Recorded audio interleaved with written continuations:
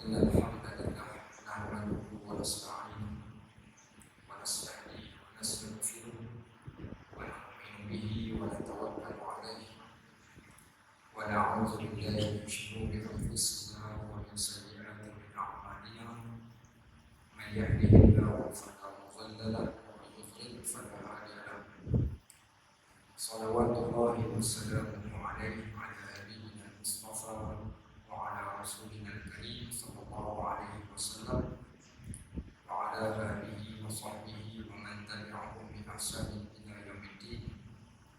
ربنا زدنا علما ينفعنا ربنا يسر ولا تعسر وتمم بالخير والحمد لله رب العالمين.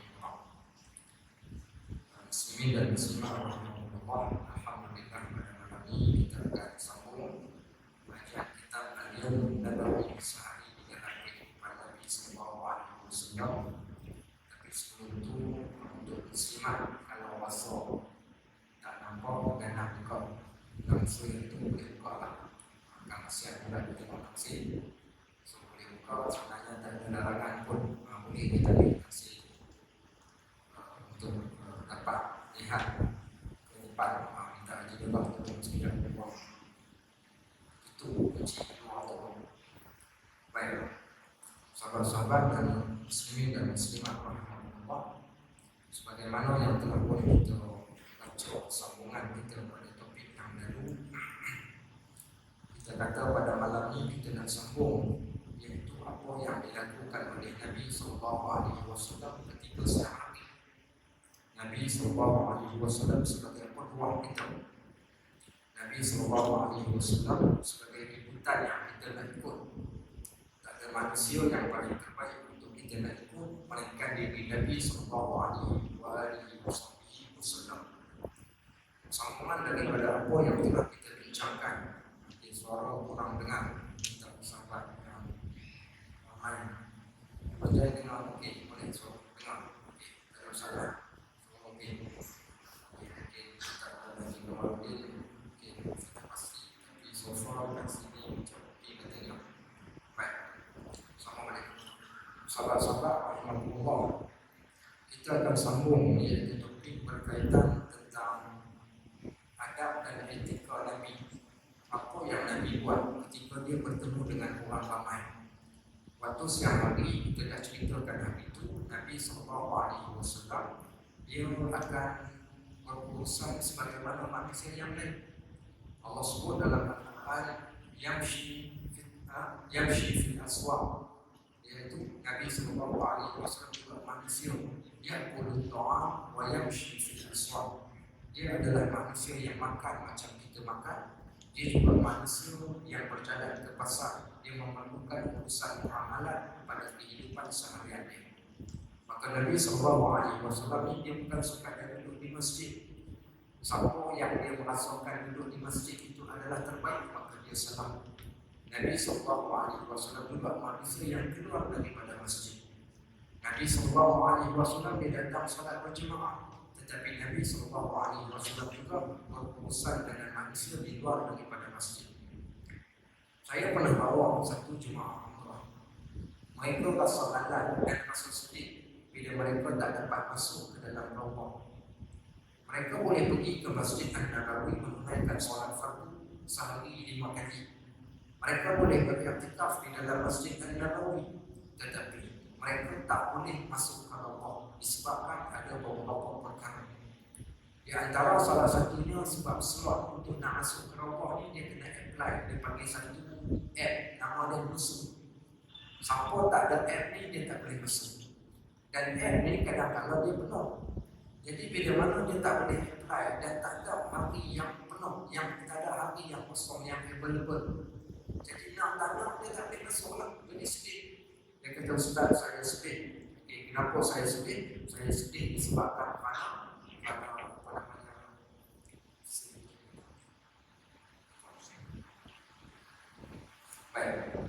Jadi dia rasa sedih. Kenapa dia sedih? Dia sedih disebabkan oleh kerana dia tak dapat masuk ke dalam Allah. Baik, jadi saya pun bacakan kepada mereka satu hadis yang menyebabkan mereka terkejut. Mungkin ada di antara kita yang kali pertama mendengar hadis ini. Nabi SAW melihat bagaimana para sahabat ini yang mereka duduk-duduk kat dalam masjid sampai tak keluar masjid. Baik, akhirnya kata Nabi SAW, aku lebih suka kalian keluar daripada masjidku ini, kalian memenuhkan hajat-hajat manusia, membantu orang yang miskin, memberi makan orang yang kelaparan. Lebih aku sukai daripada kalian berada di dalam masjidku ini dalam bentuk i'tikaf selama 1 bulan. Beriktikaf 1 hari dalam raudhah kita dah seronok. Ini kan pula dapat i'tikaf sebulan. Tapi Nabi SAW kata, aku lebih suka kalian keluar memberi makan orang yang kelaparan, membantu orang yang mempunyai hajat, maka lebih aku sukai daripada kalian beriktikaf di dalam masjid ini selama sebulan. Apa pengajaran yang kita dapat daripada hadis ini menunjukkan ibadat itu tidak semestinya berada di dalam masjid. Ada kalau kita kena keluar daripada masjid. Ibadat itu kita melakukan ibadat kepada Allah bukan hanya sekadar solat, bukan hanya sekadar puasa. Kita solat, kita datang ke masjid dengan solat berjemaah. Kita mungkin bersedekah, tetapi saat ketika bertemu dengan orang ramai, muka yang bengis tak pernah senyum. Kita mungkin orang yang melazimi solat berjemaah di masjid, orang yang bangun di tengah malam, orang yang bersedekah. Tetapi kita orang yang tidak menjaga hak jiran. Kita mungkin melakukan amalan-amalan yang tertentu, membaca Al-Quran mungkin dapat tamat seminggu sekali ataupun sebulan sekali. Tetapi kadang-kadang ada di antara kita yang membaca Al-Quran tetapi mereka bermusuh sesama Muslim. Maka semua ini tidak menggambarkan dia adalah seorang Islam yang benar. Sebab itulah Nabi SAW dengan didik umat dia dengan mengikuti sunnah-sunnah Nabi SAW. Baik, sekarang kita nak cerita apa yang Nabi SAW buat ketika Nabi bertemu dengan orang yang lain. Baik, yang pertama sekali Nabi SAW ni orang yang sentiasa senyum dan bermanis muka. Nabi SAW orang yang suka senyum dan bermanis muka. Apakah kedekut sangat kita kalau kedekut duit satu hal sampai senyum pun kedekut? Baik, apakah salah kalau sekiranya kita senyum kepada seseorang yang kita bertemu di muka masjid? Kita nak masuk ke masjid, dia nak keluar sepuang-puangnya, apalah masalahnya, Assalamualaikum. Senyum sekali, tak ada masalah. Bahkan di sana ada pahala pada orang yang senyum tersebut. Sehingga digambarkan bagaimana senyum itu merupakan satu sedekah yang diberikan pahala oleh Allah Subhanahu wa taala. Tetapi manusia kadang-kadang dia mungkin kuat beribadat tetapi berat dulu hanya sekadar untuk nak senyum kepada seorang Islam yang dia bertemu. Yang ini adalah adab yang Nabi SAW tunjukkan. Di antara salah satu sifat Nabi SAW yang terpuji ini, dia sentiasa tersenyum. Bukan duduk seorang-seorang senyum yang tu orang panggil orang gila kalau duduk seorang-seorang senyum. Tapi bila dia senyum, bila dia bersua putra, bila dia bertemu dengan para sahabat, bahkan bila dia bertemu dengan sesiapa sekalipun, sama ada dikenali ataupun tidak, maka yang terzahir daripada wajah Nabi SAW adalah senyum. Di sana ada satu hadis Nabi SAW, hadis seorang sahabat bernama Jarir bin Abdullah radhiyallahu anhu. Apa kata Jarir? Dia kata, "Ma ra'ani Rasulullah sallallahu alaihi wasallam qad illa tabassama fi wajhi." Aku tak pernah setiap kali aku pandang muka Nabi sallallahu alaihi wasallam dia senyum dekat aku. Ayat ni sebenarnya ayat pelasan. Dia duk sangka Nabi SAW ni senyum dekat dia seorang sahaja. Tapi Nabi SAW bukan senyum dekat dia seorang. Siapa pun kalau dia tengok muka Nabi SAW, nescaya Nabi SAW akan senyum dekat dia. Baik, maka di sinilah kita melihat betapa indahnya dan menawannya bagaimana kita yang tak pernah tengok Nabi SAW senyum ni. Para sahabat bila mana mereka melihat Nabi SAW senyum, mereka amat suka. Contoh satu soalan saya bertanya. Tuan-tuan datang solat berjemaah di masjid. Imam duduk dekat depan, kemudian sekarang kita nak masuk duduk pada saf yang pertama. Kat mana tempat tuan-tuan nak duduk? Dan di mana tempat yang menjadi rebutan para sahabat untuk nak duduk di dalam masjid? Siapa nak jawab? Mana tempat yang para sahabat berebut nak duduk tempat tersebut ketika mereka solat bersama dengan Nabi sallallahu alaihi wasallam? Ada hadiah kita mana? Tak ada.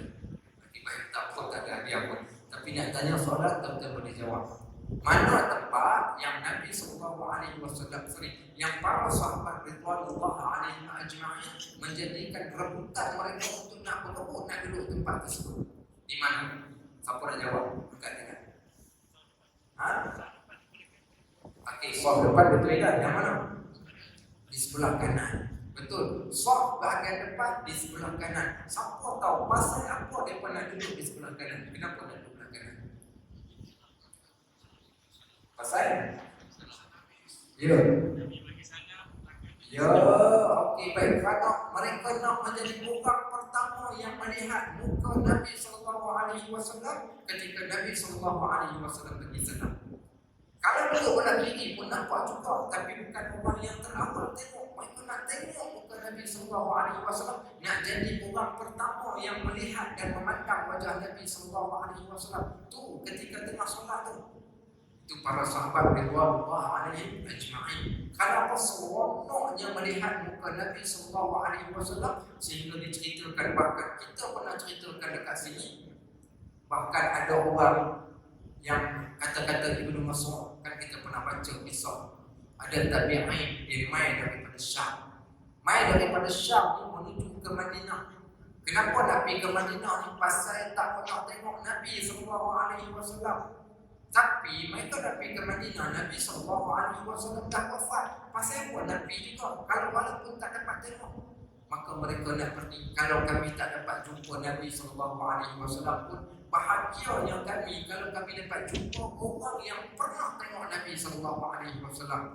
Mereka para tabi'in, golongan yang terawal daripada kita.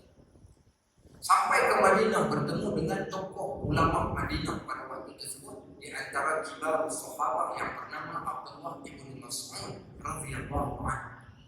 Jumpa dengan Abdullah ibn Mas'ud ni, apa yang mereka tanya? Wahai Ibnu Mas'ud, ceritakan kepada kami tentang keselamatan, kebahagiaan kalian yang pernah hidup di zaman Nabi SAW untuk kami turun rasa seronok macam kamu rasa. Untunglah kalian golongan as-sabiqun al-awwalun, golongan orang-orang yang terawal, mana kalian dapat melihat, dapat memandang, dapat mengusap, bahkan dapat menyentuh kulit kalian dengan kulit Nabi SAW. Kami hanya dapat mendengar sahaja cerita-cerita yang dibawa daripada mulut ke mulut. Akhirnya kata Ibnu Mas'ud radhiyallahu anhu, janganlah merasa kami ini hebat sangat. Karena sesiapa pun kalau dia jumpa dengan Nabi SAW walaupun sekali seumur hidupnya, pasti dia akan tertarik dan dia akan beriman kepada Nabi SAW walaupun sekali dia jumpa. Walaupun sekali dia jumpa Nabi SAW, pasti dia akan beriman. Kita yang tak pernah jumpa ni macam mana agamanya kalau dapat jumpa dengan Nabi SAW? Maka dia kata, tidaklah menjadi satu benda yang pelik kalau seseorang itu jumpa Nabi SAW, dia mesti beriman punya. Kami beriman ni jangan rasa pelik. Siapa pun kalau kamu jumpa pun kamu akan tertarik. Tetapi yang peliknya kata Ibnu Mas'ud adalah orang yang jumpa Nabi SAW tetapi mereka tidak beriman. Peliknya orang yang jumpa dia tak beriman sebab siapa pun jumpa dia mesti beriman. Yang pelik orang yang jumpa tapi tak beriman, kerana mereka akan tertarik saat kali pertama mereka melihat Nabi SAW. Kata Ibnu Mas'ud, di sana ada yang paling pelik. Siapa orang yang paling pelik ni? Dia kata yang paling pelik allazina la yarawna, yang mana mereka ni tak pernah jumpa, iaitu man lam yaraw, tak pernah jumpa fi hayatihim, sekali pun tak pernah jumpa dengan Nabi SAW, tetapi mereka boleh beriman. Yang peliknya siapa? Kita tak pernah tengok Nabi SAW. Lepas itu macam mana kita nak bayangkan? Tuan-tuan pernah tengok? Tak pernah tengok. Tapi itu macam mana nak bayangkan Nabi SAW ni?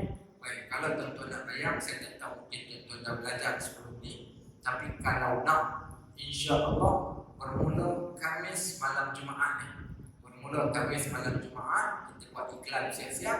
Siapa yang nak join kelas kitab Syama'il Muhammadiyah, Kelas apa? Kelas kitab Syama'il Muhammadiyah. Kitab ni rugi siapa yang tak baca kitab ni.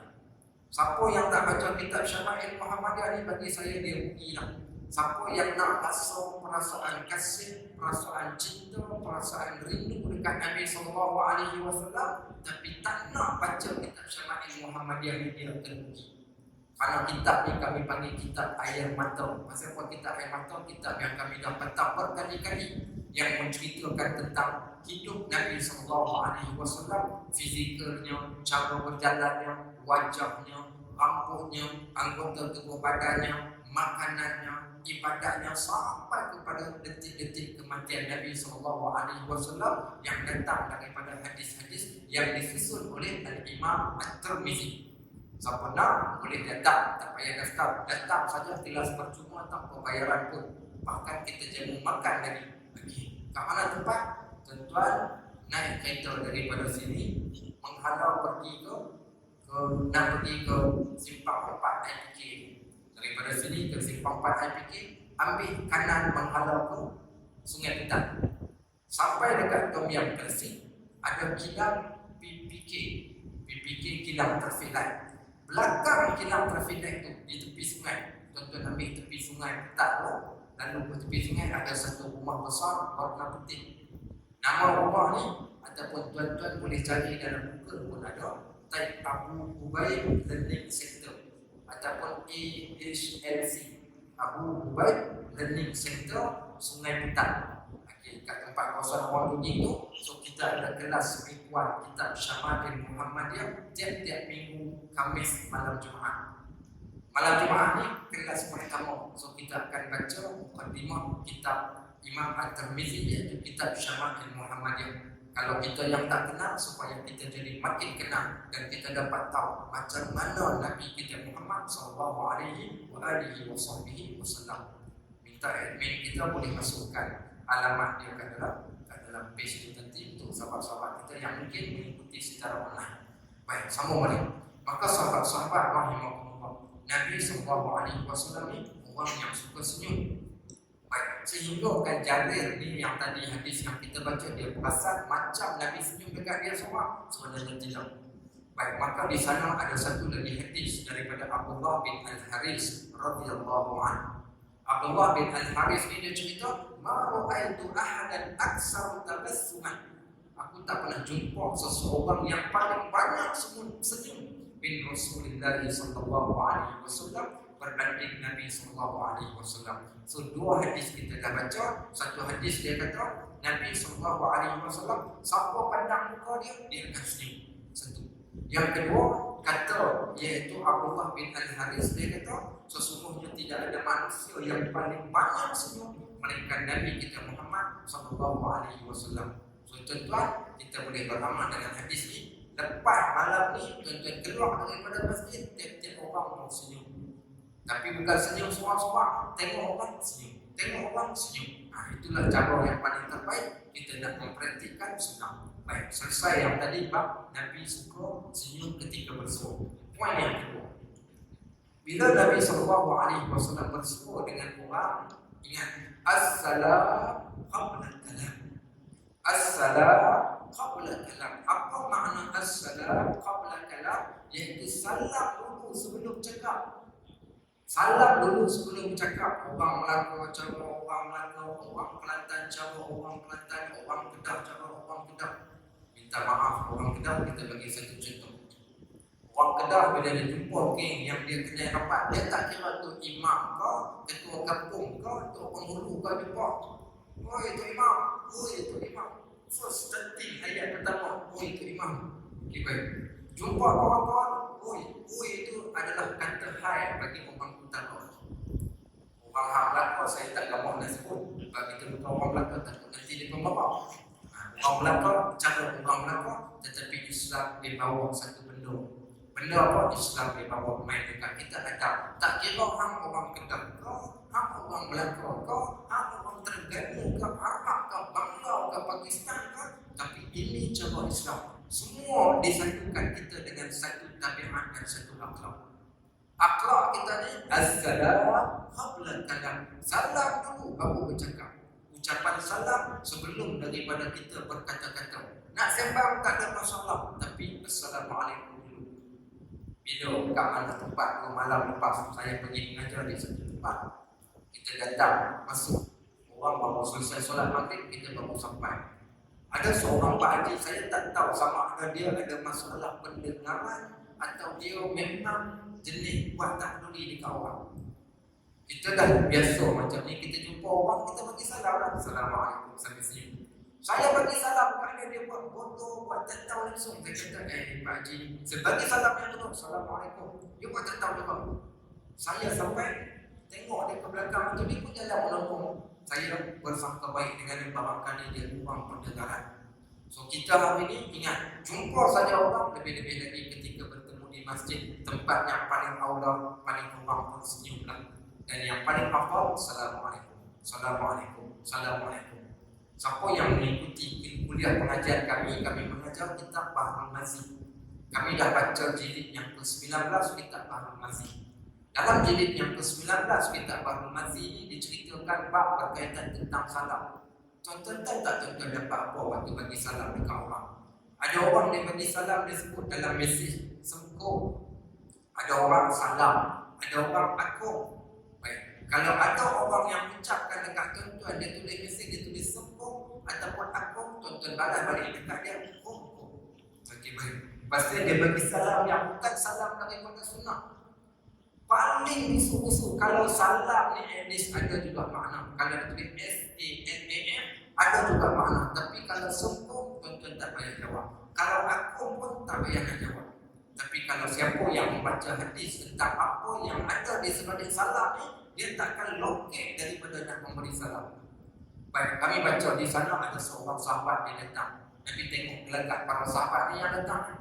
Assalamualaikum. Nabi kata 10.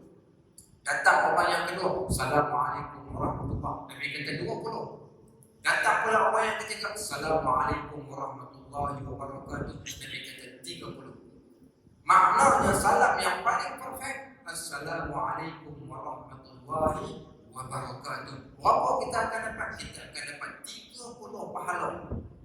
Tahukah kita 30 pahala ni banyak mana? Allahu a'lam, Allah saja yang mengetahui berapa banyak yang dikatakan 30 ni. Tapi Assalamualaikum warahmatullahi wabarakatuh 30 pahala.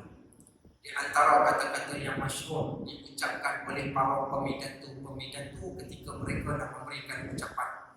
Mereka akan memulakan ucapan dengan berkata, Uhayyikum bitahiyyatil Islam. Uhayyikum bitahiyyatil Islam, tahiyyatan mubarakatan min 'indillah. Wa yaqulu an-nasu 'adatan wa naquluha 'ibadah. Assalamualaikum warahmatullahi wabarakatuh.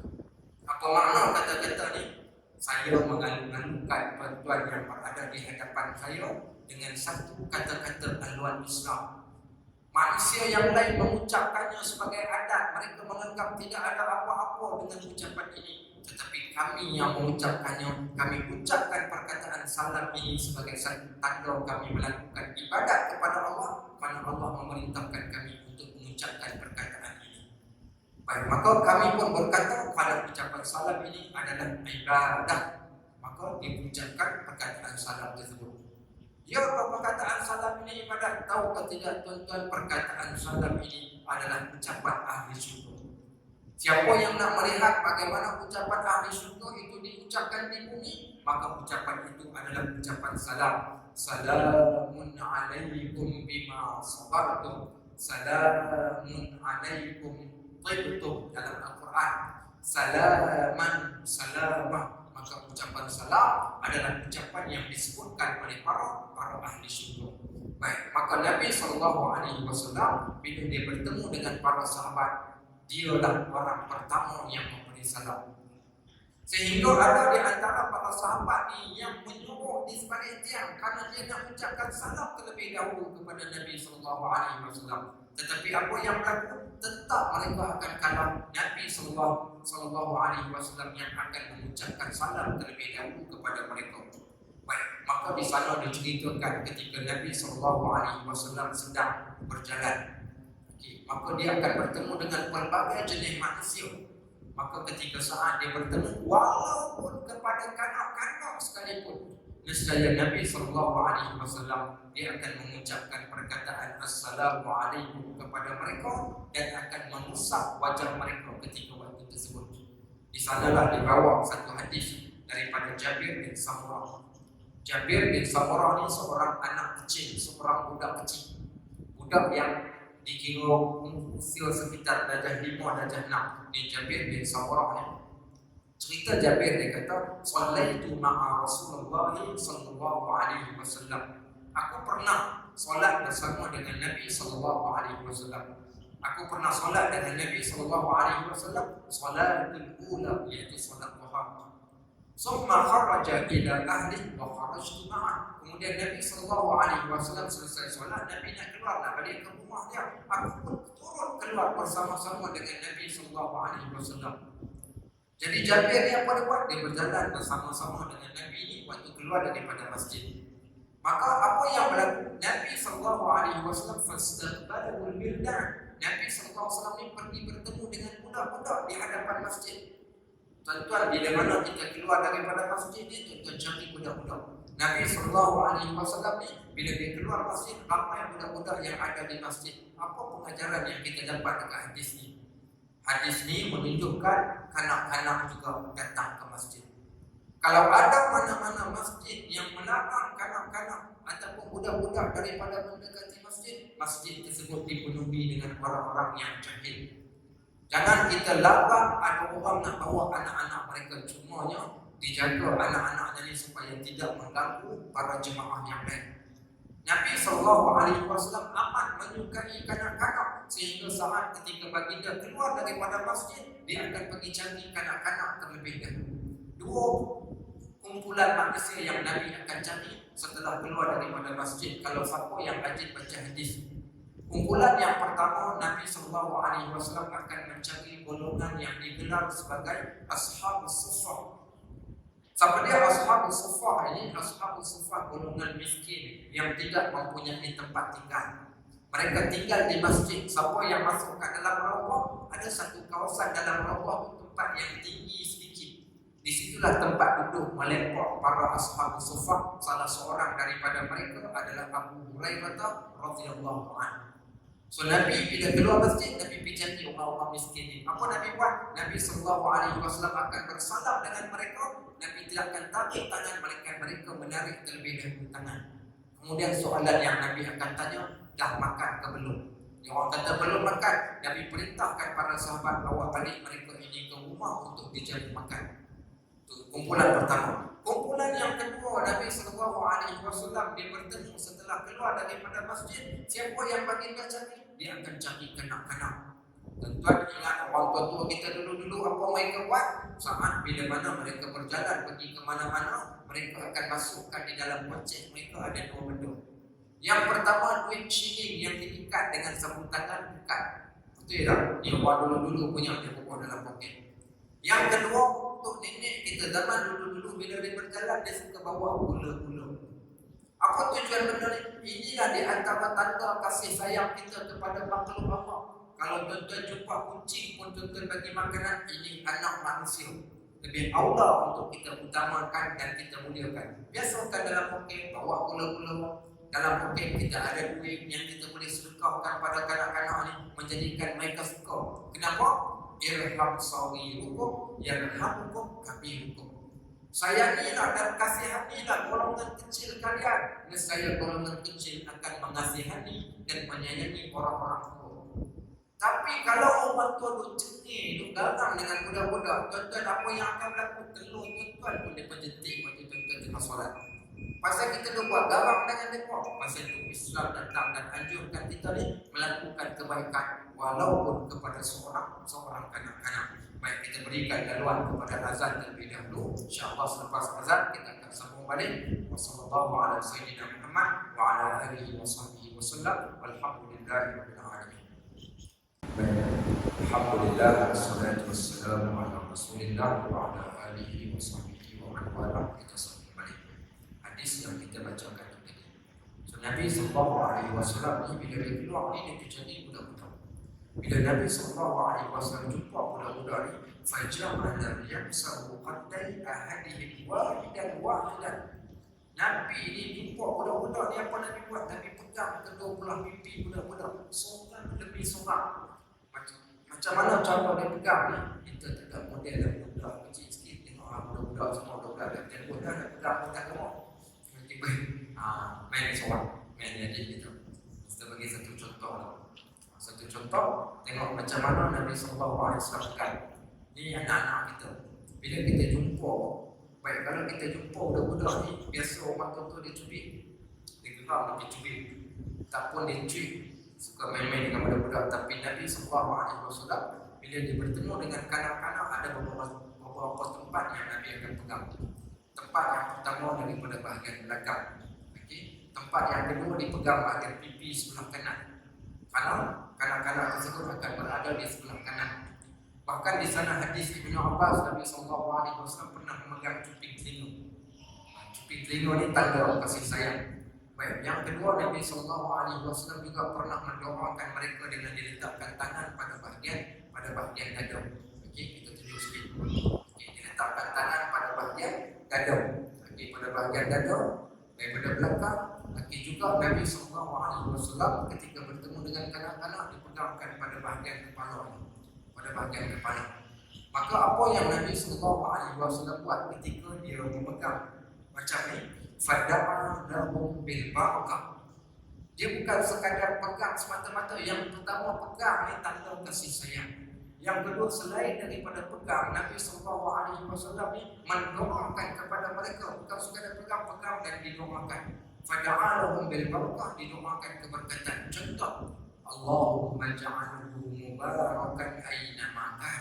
Ya Allah, jadikanlah anak ini diberkati di mana sahaja tempat dia berada. Ini antara doa yang boleh kita bacakan saat ketika kita pegang. Apa kesan bila Nabi SAW pegang pada bahagian ni? Di sana ada satu hadis. Kalau dalam kitab Syama'il Muhammadiyah, kalau nanti kita baca, kita akan jumpa satu hadis Nabi SAW ni, kisah seorang sahabat. Rambut dia ni pada bahagian tengah dia ni hitam, di kiri kanan dia putih berubah. Jadi orang tanya dia, kenapa rambut kau tengah hitam, kiri kanan dia berubah? Kata sahabat ini, dia kata rambut pada bahagian tengah ini jadi hitam kerana tempat itulah pernah dipegang oleh Nabi SAW. Ada sahabat yang menyimpan rambut yang panjang sampai ke belakang. Ditanya, kenapa dibiarkan rambut kau ni panjang sampai ke belakang? Kata sahabat itu, aku teramat sayang nak memotong rambut aku kerana rambut itu pernah dipegang oleh Nabi SAW. So baginda pegang bahagian atas kepala, dipegangkan pada bahagian dada, seumpama Abdullah bin Umar dan Abdullah bin Abbas yang didoakan kepada mereka dengan doa, Allahumma atihil hikmah, ya Allah berikan kepada anak ini kebijaksanaan. Ini doa yang diucapkan oleh Nabi SAW. Tetapi menariknya dalam hadis Jabir ini, Nabi SAW memegang kedua belah pipi. Baik, tuan-tuan pegang pipi macam ni, macam tuan-tuan pegang anak kucing. Anak kucing kalau tuan-tuan belai dia macam tu, pegang pekok, pegang pipi dia akan jadi kucing yang manja, kucing yang sayang dekat tuan dia. Macam itulah dengan budak-budak. Sebab itulah jangan pelik. Pasal apa para sahabat ni dia boleh korbankan jiwa raga mereka kepada Nabi SAW. Baik, boleh dulu ni kisah dalam peperangan Uhud. Dalam perang Uhud ni kisah bagaimana dua orang budak, seorang bernama Rafiq, seorang bernama Samurah.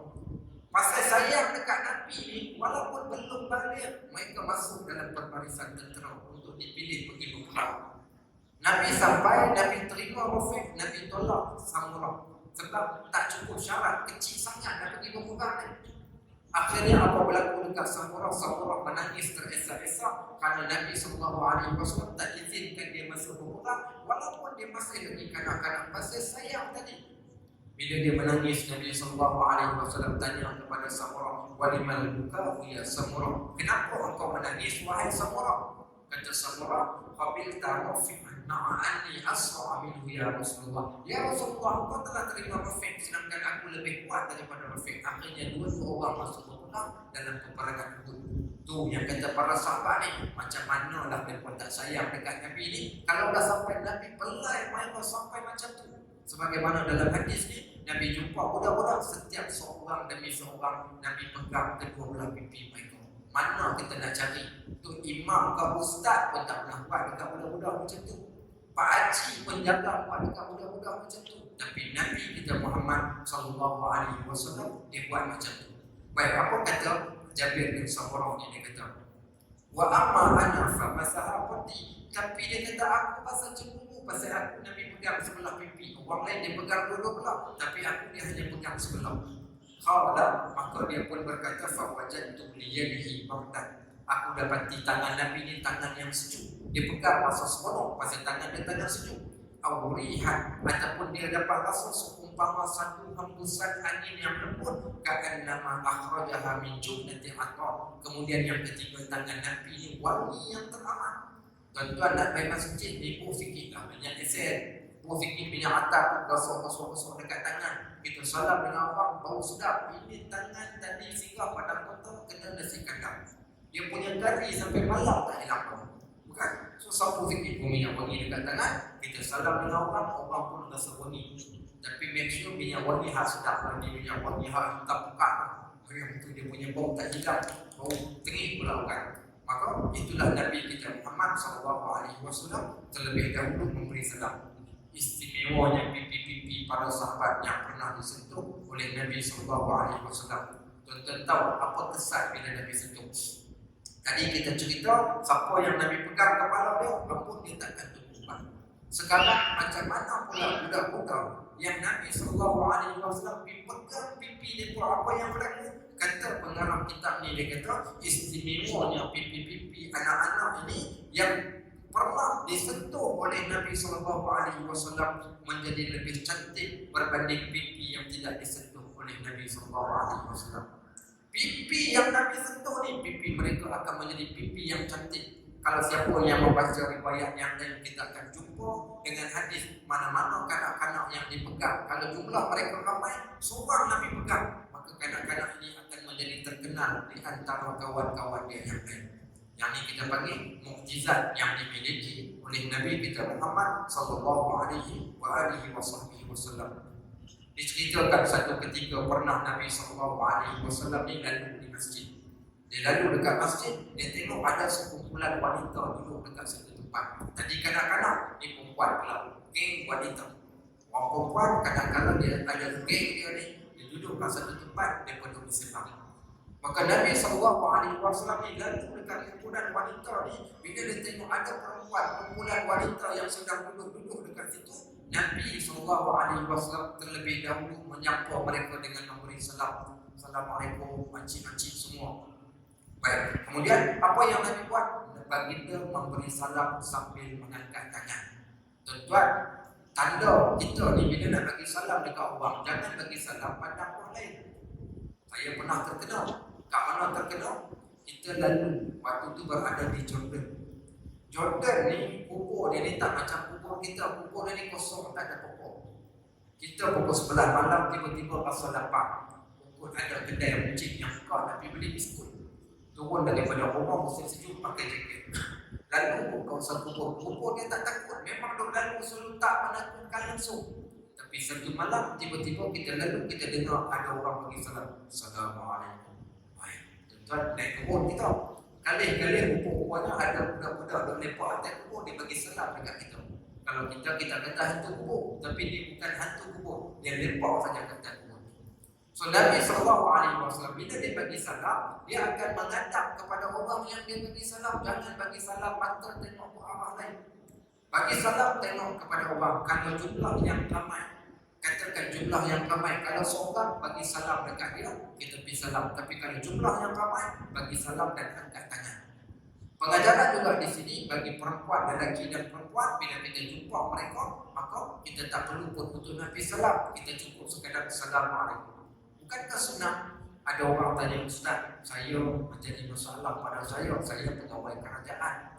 Bos saya ni Datuk Seri sekian ni, kalau dia datang buat lawatan dekat jabatan kami, saya cukup risau. Pasal apa risau? Dia suka bersalam dengan lelaki dan perempuan. Jadi apa yang kami patut buat pada waktu tersebut? Inilah kita nak menggunakan dalil ni tadi. Macam mana nak buat? Tuan-tuan angkat tangan. Assalamualaikum. tuan, Assalamualaikum bos. Angkat tangan macam tu, dia tahu lah kita tak nak bersalam. Ada cara orang kedua, dia kita letakkan dekat belakang, tunjuk sikit buat macam jemput tu. Hai, buat kali master, tu dah jadi jemput. So tak payah tunjuk pun, cukup sekadar angkat tangan. Assalamualaikum tuan. Dia tahu kita tak nak salam. Tapi dah kita pun belum sama, dia pun salam lah. Cuma tuan-tuan tak belum, kita angkat tangan kita. Assalamualaikum tuan. Sekarang salam satu Malaysia macam mana? Assalamualaikum. Ini salam COVID orang bagi. Okey, Assalamualaikum.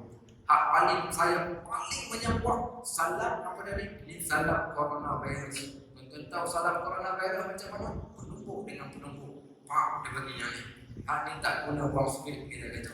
Tak payah pakai salam ni pun, sebenarnya begini pun dah memadai. Assalamualaikum.